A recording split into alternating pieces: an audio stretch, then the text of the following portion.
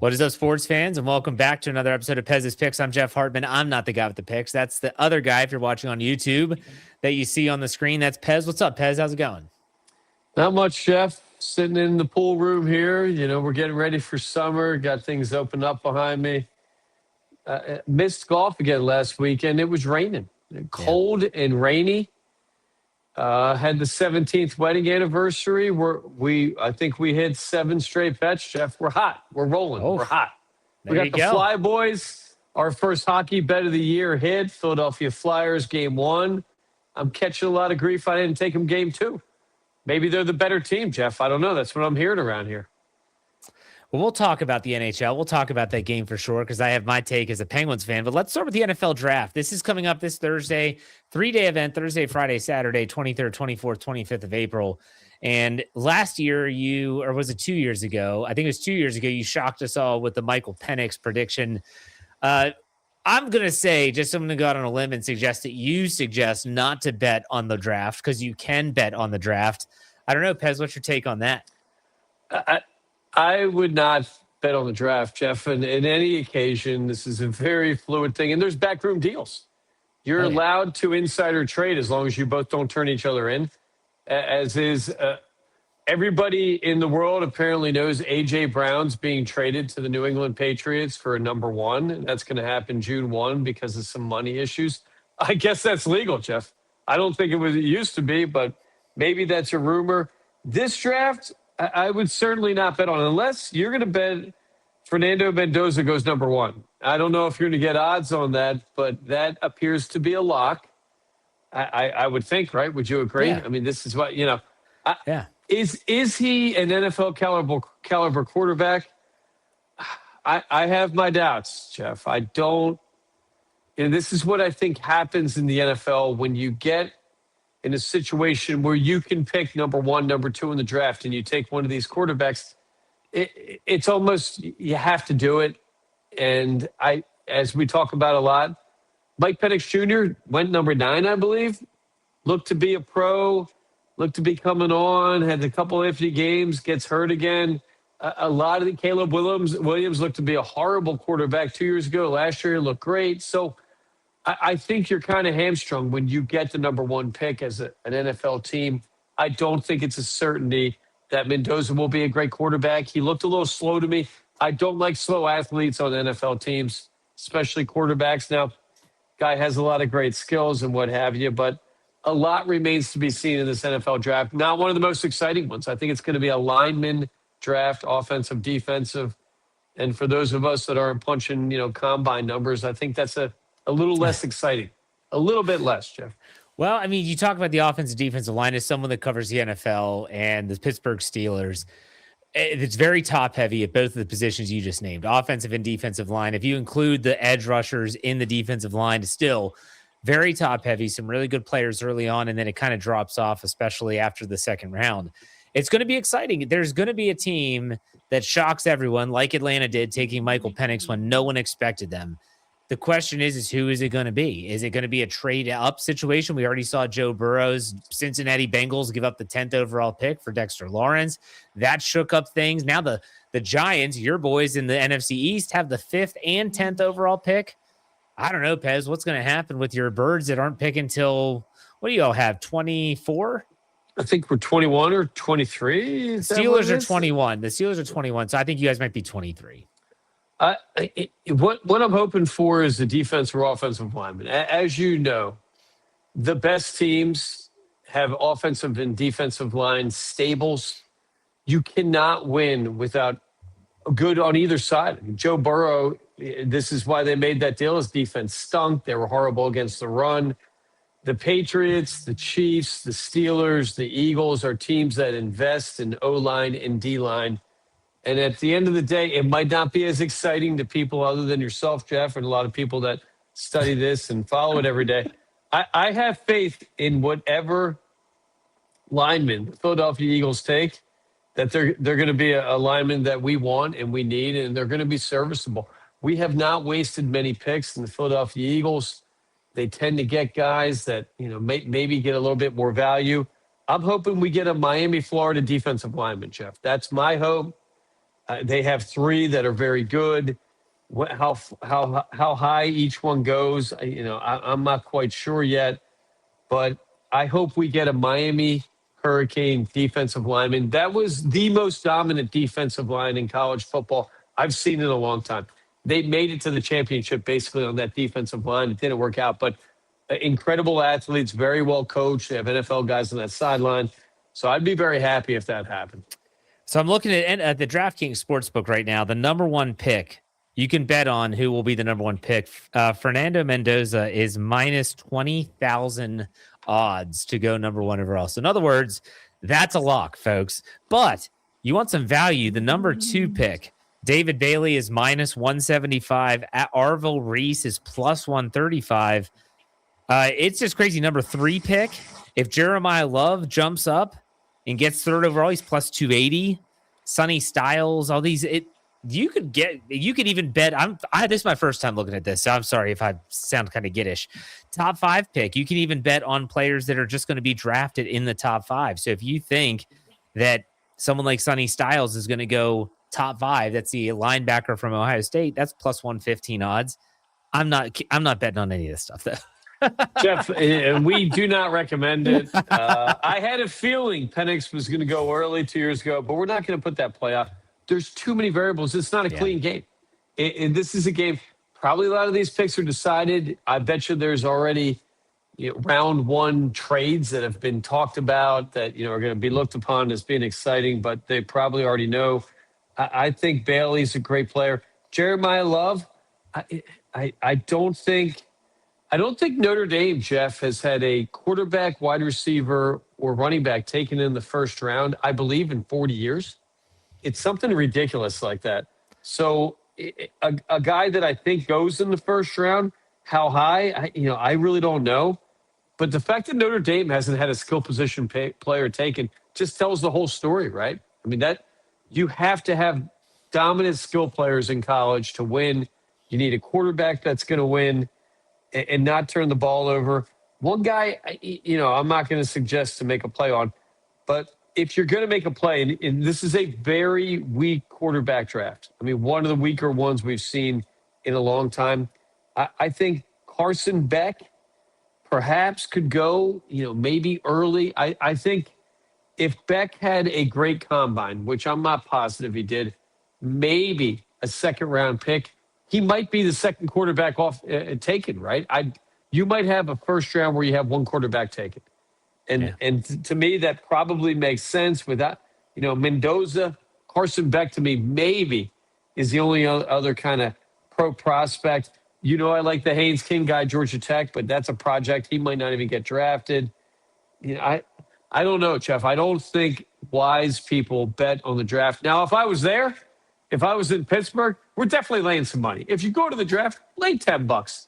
Throw it out there. Enjoy yourselves a little bit. But, my question is, when we look at who's going to win the Super Bowl next year, I like to take a look at what teams kind of improve their chances to win after the draft. I don't know. I don't know if there are any position players out there this year that are really going to change things too much. And I would not lay $20,000 to win $100 on Mendoza. I just don't think that's going to be a wise bet. But I like what you're saying. Number 2 overall pick, Jeremiah Love at $12,500 on a $100 bet. I think that's a pretty solid play. If you bet $10, you can win $1,250 on Love going number 2. And I think that's a possibility. His stock has risen, a solid player, but at the end of the day, I just don't think it's wise to bet on the draft. All right, so you got me thinking, and so I looked it up. Notre Dame Fighting Irish. I went back to see, okay, when was the last time a skill position player? So we're talking quarterback, running back, receiver, right? Correct. Those are like your main skill position. Are you counting corners? I don't know. No, just offensive. Okay, 2007, Brady Quinn was the quarterback. He was drafted by the Browns in the first round. Okay. And nothing until 2012.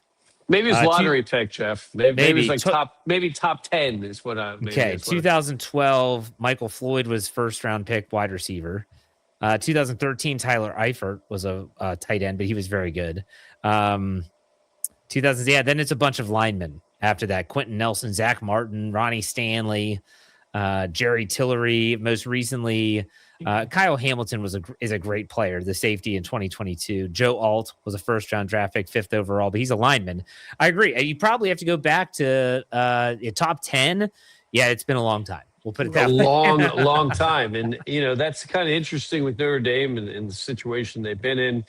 When we look at the Super Bowl odds, one of the glaring things I see, Jeff, that the Philadelphia Eagles have dropped. The initial line had them, I believe, 3rd or 4th favorite, only a couple $100 behind the Rams and the Seahawks. Rams are now getting plus 700 to win the Super Bowl. Philadelphia Eagles plus 2,000. I don't think there's better value out there. I think the Lions are on the decline. San Francisco's on the decline. And the Rams, I'm not sold on the Rams and the Seahawks, Jeff. I'm just not. I think the Rams, you have a quarterback that's like my age, right? This guy's probably 40 years old at this point. Seahawks, I think the worst Super Bowl champion we've had in a long time. So I think Philadelphia Eagles, look for them to make some sort of move. And if the A.J. Brown deal is already set, that's not going to happen on draft night. But the Philadelphia Eagles have the best GM, Howie Roseman, in, I would say, the last 25 years. This guy produces. They don't waste time. They don't carry baggage. I would not be shocked to see Saquon move, Jeff. I wouldn't be shocked to see us trade up maybe for a big-time lineman or even trade down if the situation is right.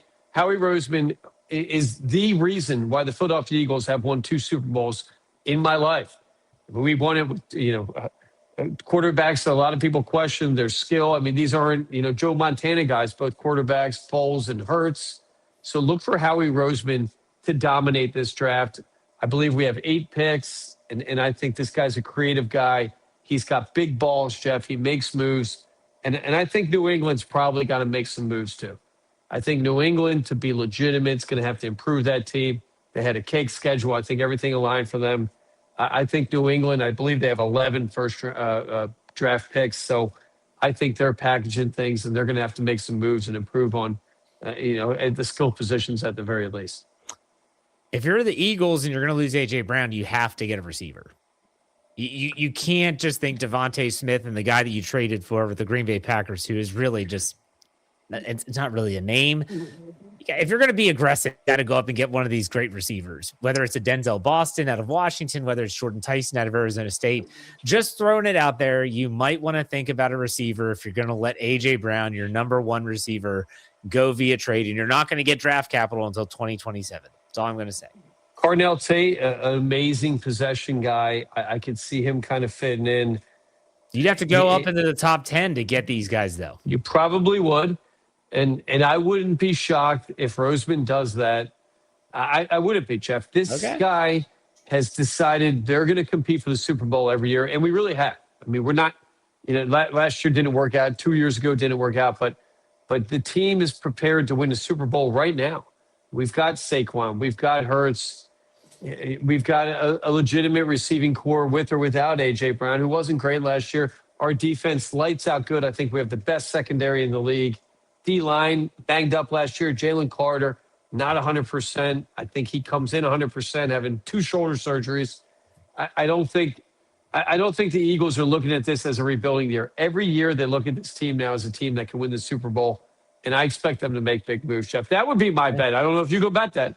You could probably, if you go to Europe, you could bet that, Jeff. You could bet who makes bigger moves or the first trade or what have you. But expect Howie Roseman to make a move or 2 moves, and I think the Steelers as well. New coach, quarterbacks, and I don't know what situation that is. Receiving core is great. We know that. Defense up and down last year. I think they figured out that secondary by the end of the season. So, and I think the Steelers do make some moves as well. I wouldn't be shocked. All right, let's transition now to the NHL playoffs and the NBA. NHL, obviously, you had a play that was successful. The Flyers have a 2-0 lead over the Pittsburgh Penguins.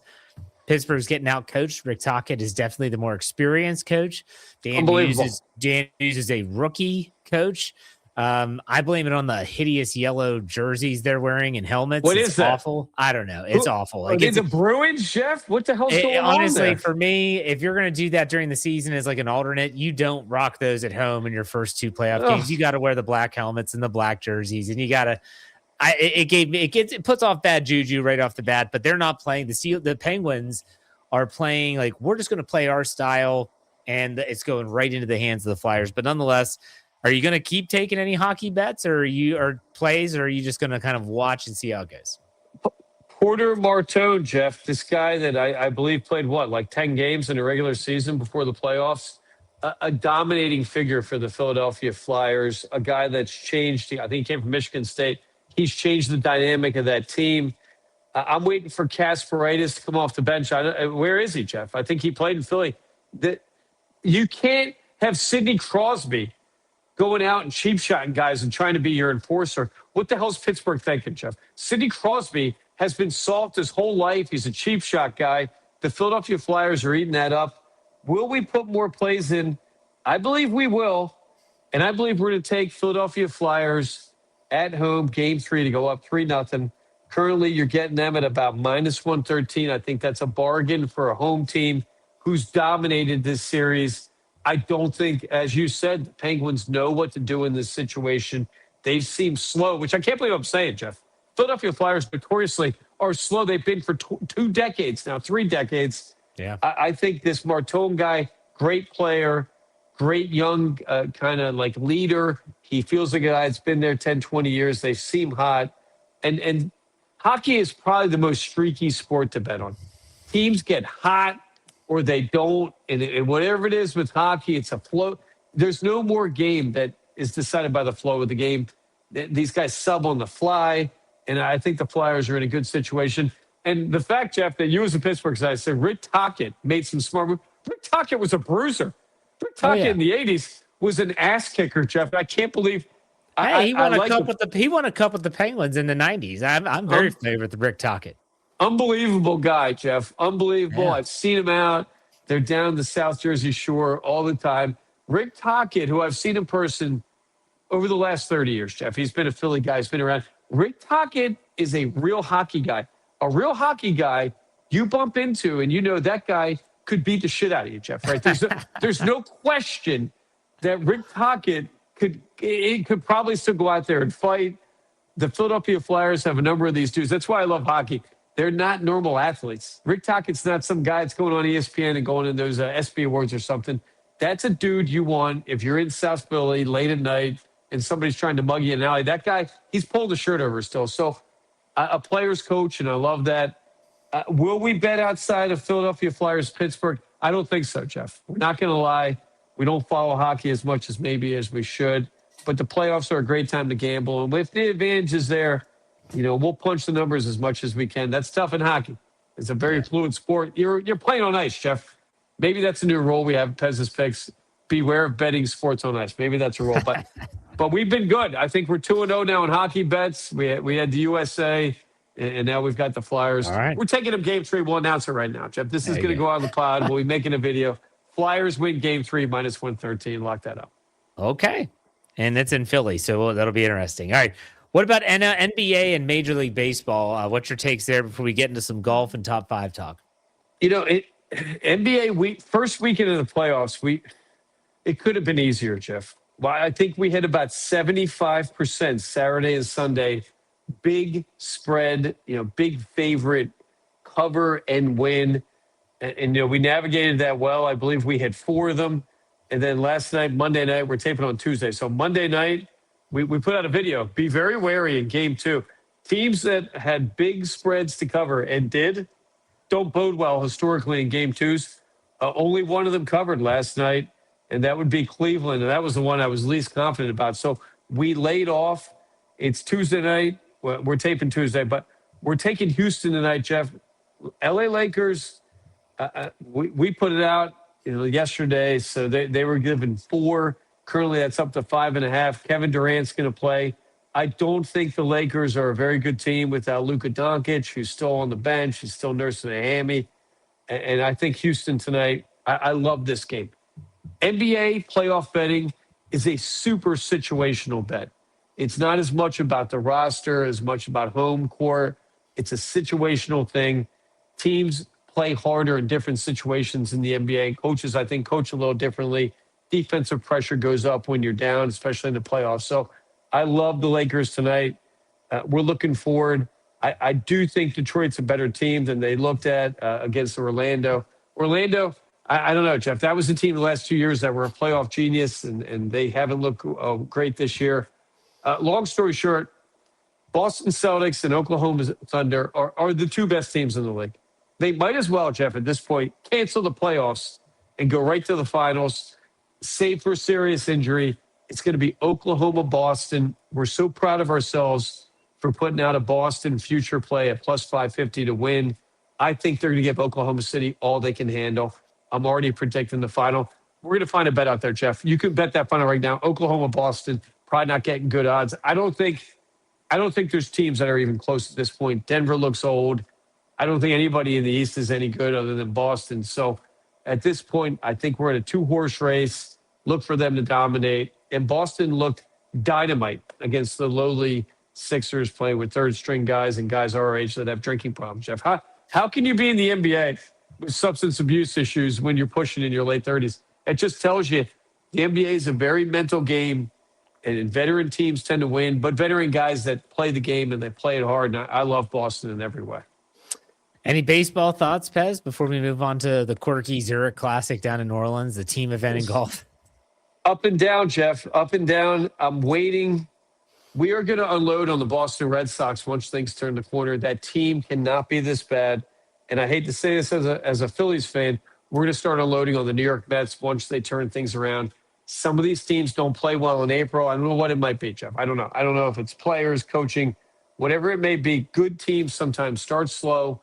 Yeah. And I think Boston and the Mets are two teams you have to keep an eye on, and we are going to, that are going to progressively get better and start winning games. And for the week or two that transitions, you can get good odds on those. And that's what we're looking for right now. The Phillies stink, Jeff. They stink. I don't know what the hell's going on. That team just collapsed. We have too many strikeouts, Jeff. You can't have a lineup with strikeouts. You just can't. Got to put the ball in play. Mike, maybe a good play on a prediction market, or if you can catch it. I predict Mike Trout gets traded this year, Jeff. I have some inside scoops. I don't want to reveal how, but I believe he was almost traded last year. He's a South Jersey guy. Look for Mike Trout to come to Philadelphia or the New York Yankees this season. I think it's happening, Jeff. I think it's happening. He just built a golf course with Tiger Woods in Millville, which is a town that's it's so in the middle of nowhere. They call it Millville, Jeff. And all it is farms.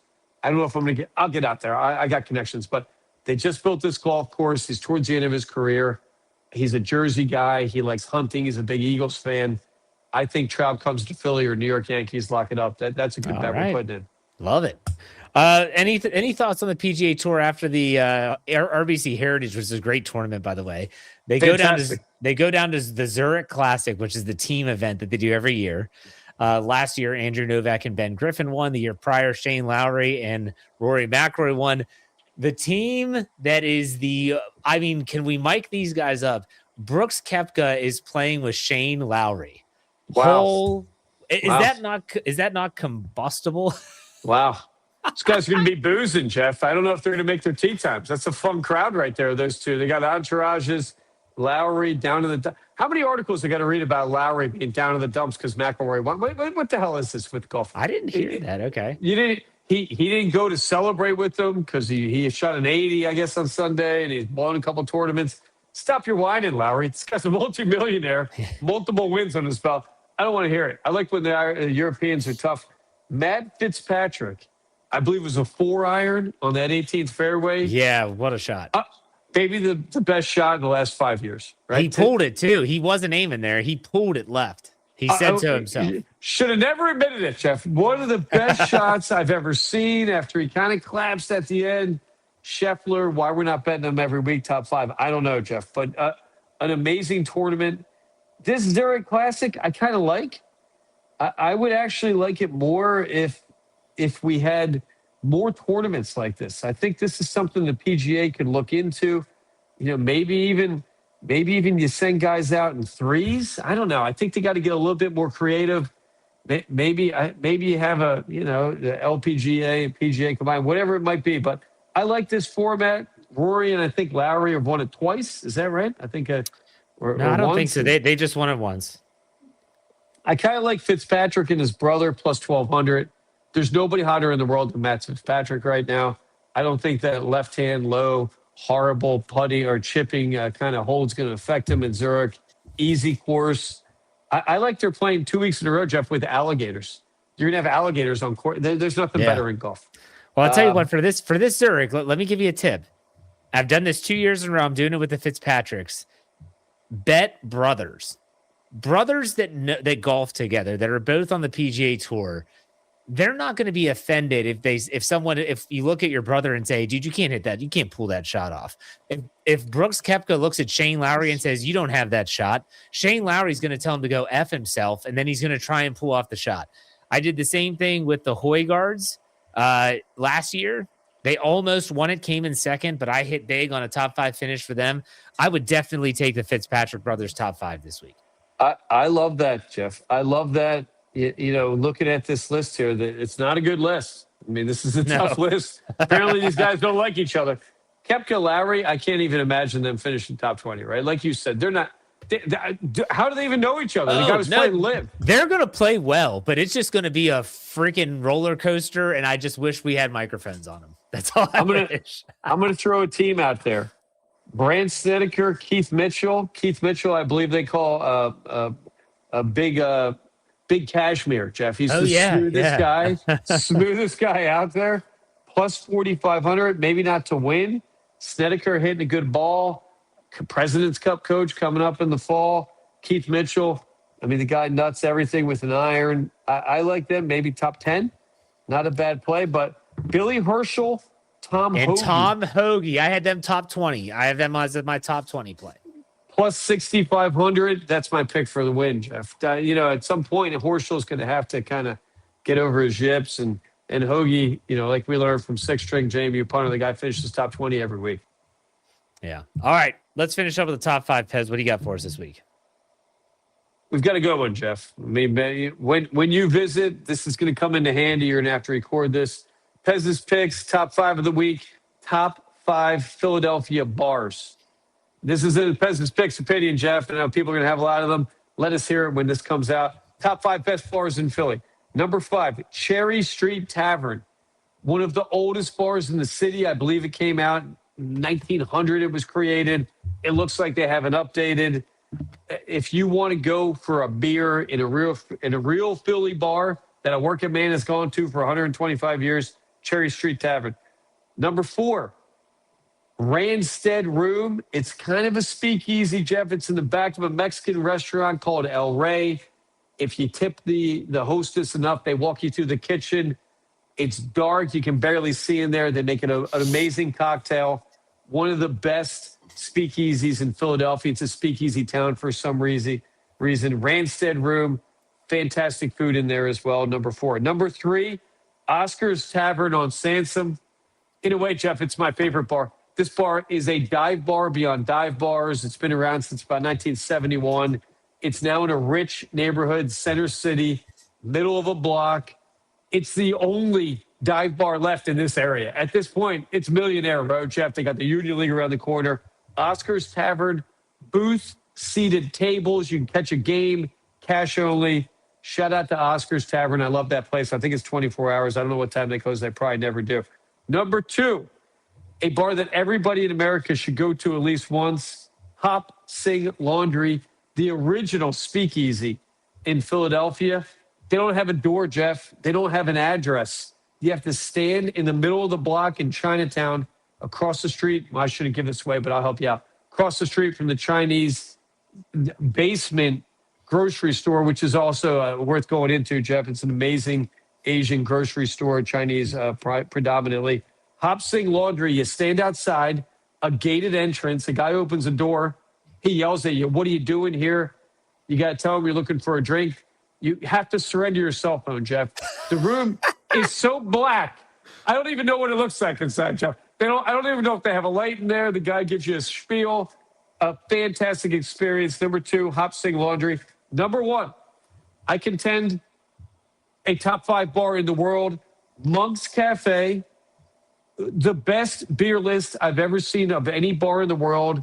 If you're an IPA drinker, Monk's Cafe, they have Pliny the Elder, Jeff, which is like the Bruce Springsteen of IPAs. It was the original. They've got multiple from Russian River Valley who makes Pliny the Elder. They have the best buffalo wings in the city. They call them Spanish flies. It is for expert level buffalo wing eaters. The spice level is beyond hot, and their frites, those are skinny fries, Jeff. We talk fancy in Philly sometimes. There are frites in the bowl. I wouldn't even judge it for a knife and fork. Maybe I've done it there, Jeff. The best IPA and European beer list in America, Monk's Cafe. I love them. Center City, I believe it's on 16th Street, a couple blocks from downtown. I could live there, Jeff. I don't know how long I'd live, but Monk's Cafe, number 1. All right. That's a great top 5. Pez, I hope you enjoy the weekend. I hope maybe we'll see you here at our draft party here in Maryland. I don't know. If we do, trust me, we'll get some content for your page, my page, everyone. Any final thoughts? If we're not in Hagersville, Maryland for the draft, Jeff, let's Hagerstown, play KT Smith. Hagerstown. There you go. Everybody listening, contact KT Smith on X or on Instagram, whatever, and unload on this guy. He's too soft to travel, possibly, if we're not there. I'll be flying the Philadelphia Eagles street if we're there, and I can't wait to hear it, Jeff. We love Maryland. Great state, great town, and I like Steelers country, good people. So we'll see, hopefully. Pez, take it easy, man.